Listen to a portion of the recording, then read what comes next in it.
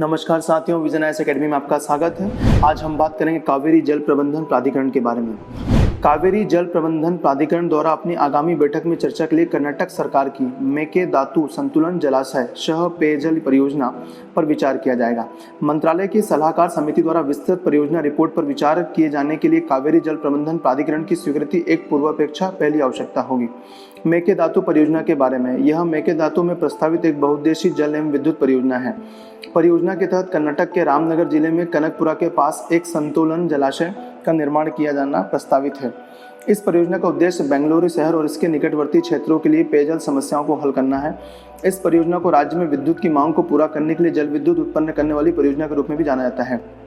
तमिलनाडु द्वारा इस परियोजना का विरोध करने के कारण, तमिलनाडु का तर्क है कि प्रस्तावित जलाशय कावेरी नदी के प्राकृतिक प्रवाह को प्रभावित करेगा। तमिलनाडु का कहना है कि कावेरी बेसिन पहले से ही पानी की न्यूनता है और इस पर परियोजना का निर्माण या कोई अन्य परियोजना निचले तटवर्ती राज्य को अपने हिस्से के पानी मिलने को काफी प्रभावित करेगी। सुप्रीम कोर्ट द्वारा तमिलनाडु के लिए निर्धारित पानी की कुल वार्षिक मात्रा एक वर्ष में 177.25 हजार मिलियन क्यूबिक फीट है। इसमें से 80 यानी कि 80 टीएमसी फीट काबिनी और केआरएस के नीचे अनियंत्रित जल ग्रहण से आने का अनुमान है। मेकेदातु परियोजना राज्य के बकाया इस हिस्से के प्रवाह में हस्तक्षेप करेगी। कावेरी जल प्रबंधन प्राधिकरण के बारे में जानते हैं। कावेरी जल प्रबंधन प्राधिकरण यानी कि CWMA का गठन कावेरी प्रबंधन योजना के अनुसार किया गया। इस योजना को पहले केंद्र द्वारा तैयार किया गया था और बाद में सुप्रीम कोर्ट द्वारा अनुमोदित किया गया था। CWMA की संरचना और शक्तियां, कावेरी जल प्रबंधन प्राधिकरण में एक अध्यक्ष, एक सचिव और 8 सदस्य होंगे।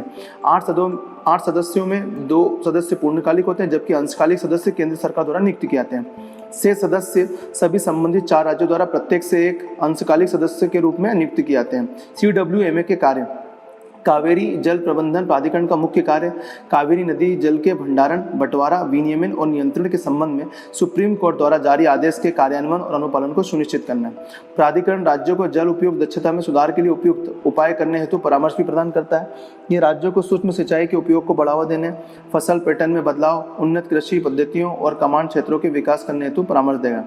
कावेरी जल प्रबंधन प्राधिकरण द्वारा पिछले वर्ष के दौरान अपनी गतिविधियों का विवरण देते हुए एक वार्षिक रिपोर्ट भी तैयार की जाती है।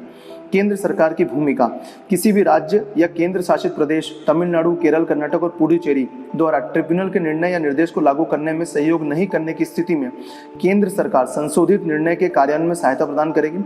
शुरुआत में केंद्र सरकार प्राधिकरण के कामकाज के लिए 2 करोड़ रुपए का योगदान प्रदान करेगी। धन्यवाद साथियों।